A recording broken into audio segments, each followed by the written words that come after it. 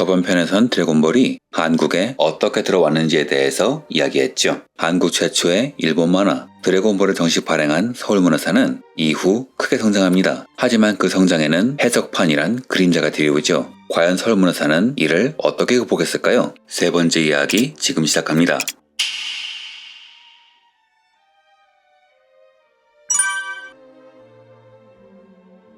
정식판 드래곤볼은 IQ 점프의 부록으로 연재되는 만화였습니다. 제가 드래곤볼 계약의 상세한 내용은 알 수 없지만 일본의 인기 만화들은 잡지에 연재되는 걸 전제로 계약되는 경우가 많지요. 한국 출판사들이 만화 잡지를 못 없애는 이유라고 하네요. 그렇다면 드래곤볼이 연재 형식으로 공개된 것도 이해가 갑니다. 해적판은 바로 이를 파고든 것이고요. 드래곤볼 해적판이 노다지란 걸 알자 여러 해적 출판사들은 드래곤볼 해적판에 뛰어들죠. 이 중에서 선두에 섰던 것은 가장 빨리 최신 전개를 연재한 드라곤의 비밀, 그리고 명지 기획에 찍어낸 드래곤볼이었습니다. 속도면에서 드래곤의 비밀이 위였다면 기획력은 명지 쪽이 위였어요. 드래곤의 비밀은 전개가 빠르다는 점, 문방구에서 구하기 쉽다는 점 외엔 장점이 없었습니다. 번역은 굉장히 조악했고 일부 고유명사는 서울문화사의 법적 대응을 예상한 것인지 멋대로 고쳐버리기도 했죠. 손오공이야 서유기의 주인공이기도 하니 살아남았겠지만 오룡은 저팔계가 되고 크릴링은 사오정, 베지터는 알랑이 되는 식이었죠. 알랑달랑. 빠른 발행을 위해 모든 의성어와 의태어는 그냥 식자를 대충 붙여버렸습니다. 말 그대로 빨리 내는 데만 힘을 쓴 조잡한 책으로 아마 법적인 조치가 한 번 있었던 것인지 초반엔 8권으로 끝나요. 손오공이 피콜로를 한 페이지 분량에서 말 그대로 한 방에 해치우고 안녕이란 글자와 함께 날아가는 장면에서 끝나죠. 하지만 드래곤볼의 달콤한 돈맛은 잊어버릴 수 없던 것인지 나중엔 8권을 스리슬쩍 다시 내고 이후 이야기를 연재합니다. 대충 번역하고 그림은 대충 수정하고 식자만 붙이니 책이 나오는 속도가 정말 빨랐지요. 반면 후발 주자였던 명지기획은 손오공의 청년기부터 발행합니다. 2부란 이름으로 말이죠. 그리고 나중에 1부란 이름으로 손영기를 내요. 보신 분들은 아시겠지만 초반 번역은 서울문화사의 정식판을 베낀 것 같은 번역도 있었죠. 드래곤의 비밀이 빨리 보기 위한 책이었다면 이쪽은 드래곤볼 전편을 싸게 모으고 싶던 사람들을 위한 책이라고나 할까요? 이후 2부 12권까지 일본에서 나온 단행본을 다 낸 명지기획은 이후부터는 일본 잡지를 찢어서 책의 반을 만들고 나머지 반은 다른 만화를 넣었어요. 지금은 유명한 작품인 공자공이었죠. 여담이지만 명지기획은 이렇게 인기를 모은 공자공을 따로 출판해서 나름 상당한 매출을 올렸다고 합니다. 이 작품은 일본 퇴마물의 시조이자 마스터피스이기도 한데 더 길게 이야기하면 이야기가 3000% 빠지니 여기서 마치죠. 여하튼 명지판은 2주 만에 20억의 매출을 올렸다고 해요. 권당 500원이니 2주 만에 400만 부. 출판 관계자들의 추정치긴 하지만 이외로 사실에 가장 가까운 수치가 아닐까요? 초록은 동생이라고 하니까요. 명지 기획판이 인기를 얻자 나중엔 명지 기획이란 것도 탄생했는데 이건 대놓고 명지 기획의 표지를 그대로 베낀 해적판이었습니다. 즉 해적판의 해적판. 명지판의 인기를 노린 해적판의 해적판이었지요. 여하튼 500원으로 드래곤볼 전권을 모을 수 있는 명지판은 사람들에게 상당히 인기가 많았지만 90년대 초부터 단속이 심해지자 이후엔 드래곤볼을 3부로 바꿔 재출간합니다. 이는 나중에 설명할 검찰 고발 다음에 벌어진 일로 이땐 정말 치고 빠지기 위한 책이라 앞에 17페이지는 드래곤볼이고 나머지는 여러 만화 넣어 만든 사실상의 잡지였죠. 이 해적판들이 저렴하게 보고 싶은 사람들을 위한 책이었다면 정식판을 소장하는 사람들을 위한 책도 있었어요. 바로 드래곤볼 Q, 명지판처럼 청년기부터 연재한 책으로 판형은 물론 가격도 서울문화사판과 같았죠. 표진 조잡했지만 서울문화사판으로 모으지만 전개가 워낙 느려서 갑갑했던 팬들을 노린 책인데 전 이 책에 중요한 이의가 있다 생각합니다. 왜냐면 지금까지의 한국의 만화 출판 시장은 회사나 독자나 저작권 개념 같은 건 존재하지 않았죠. 서울문화사는 이게 워낙 답답했던 것인지 나중엔 책에 오리지널임을 강조하는 멘트를 한가득 집어넣었는데 그래도 당시엔 큰 반응은 없던 것 같아요. 왜냐하면 복제품에 익숙한 사람은 정품은 거의 손 안 대니까요. 그런데 이 책이 나왔다는 것은 겉도 꽤 여러 권 나왔다는 것은 한국 시장에서 정식판을 소장하는 계층이 꽤 크다는 증거이기도 했습니다. 즉 빨리 보고 치우는 사람도 존재하지만 만화를 소장하고 싶은 사람도 존재했다는 것이죠. 어쩌면 서울문화사의 도전은 성공한 것 아닐까요? 어느새 드래곤볼은 대한민국의 만화 문화 자체를 서서히 바꾸고 있던 겁니다.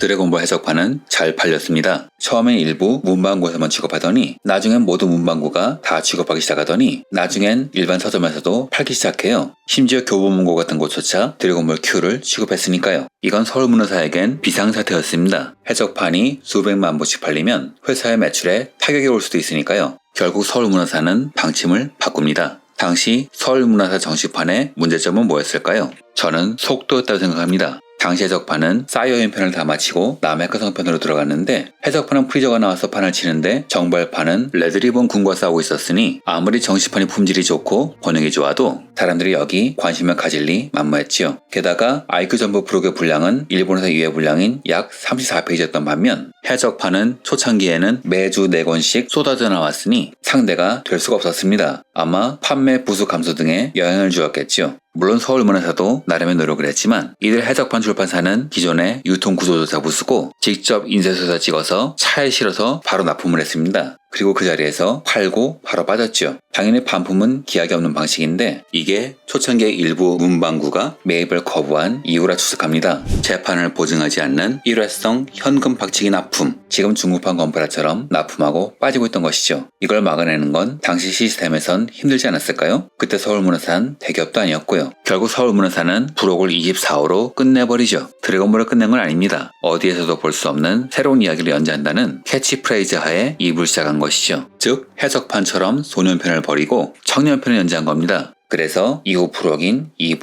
1호는 기뉴와의 전투부터 시작하죠. 이렇듯 말은 새로운 이야기라지만 사실 해적판보다 전개가 느렸는데요. 이 과정에서 피해를 본 건 정식판만 모든 사람이었습니다. 1권에서 8권까지는 배경 수정, 번역도 잘 되어 있지만 9권부터 11권, 15권부터 16권은 그림 수정은 조악하고 글씨도 빠진 부분이 많았으며 지금 와서 보면 번역도 좀 이상한 부분이 많았죠. 급하게 만들면서 생긴 사고라고 봐요. 부록의 경우에는 1부가 2회 분량이었다면 2부는 1회 분량만 연재했는데 그럼에도 불구하고 나중엔 단행본 분량을 다 연재하는 바람에 단행본이 아니라 소년점프 잡지를 직접 찢어서 수정해서 편집합니다. 이게 문제가 뭐냐면 당시 소년점프는 인쇄의 질이 그리 좋지 않았어요. 그래서 그림이 뭉개지거나 인쇄가 안 된 부분이 종종 있었는데 이런 걸로 책을 만들다 보니 품질이 확 떨어졌죠. 그 흔적은 여러 군데서 보이는데요. 부록 마지막 페이지에 점프 연재본 마지막에 보이는 용 그림이 있다던가 처음 나온 초판 기준 28권을 보면 남해커성이 터지는 장면에서 하얀 줄이 2줄 가 있는 걸 볼 수 있습니다. 즉 서울문화사는 잡지를 찢어서 일단 부록으로 제공한 후 그걸 그대로 단행본으로 만든 것이죠. 이렇게 나온 건 드래곤볼만이 아니었어요. 역시 해석판과 발매 경쟁을 했던 명탐정 코난이 바로 그랬죠. 이런 문제는 인조인간 편부터 해결됩니다. 이유는 당시 상황 때문이라 추측되는데요. 해적판 만화가 범람하면서 출판사만이 아니라 한국 만화가들의 생계마저 위협하는 상황이 되어버리자 결국 만화가들이 칼을 빼든 것이죠.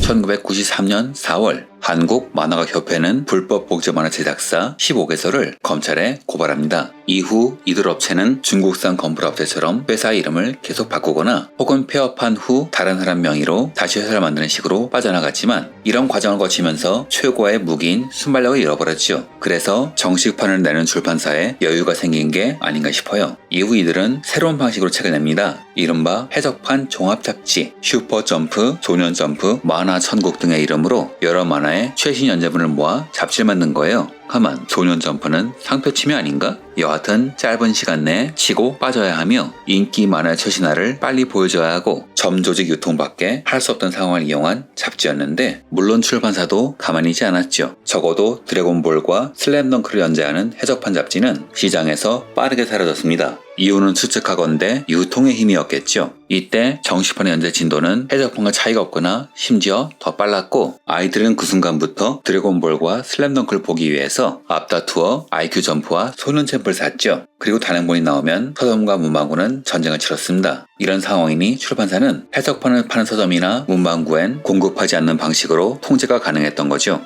해석판 때문에 잡지와 단행본을 납품받지 못하는 건 그들에게 큰 손해였을 테니까요. 그래서 이후엔 유통의 틈새를 노려 이름을 더 조잡하게 바꾼 해석판, 즉 이름을 아예 뜬금없이 바꾼 책을 냈지만 이미 이 시점에서 해석판의 메리트는 사라져버리고 말았죠. 정식판이 진도도 빠르고 품질도 좋고 무엇보다 쉽게 구할 수 있었으니까요.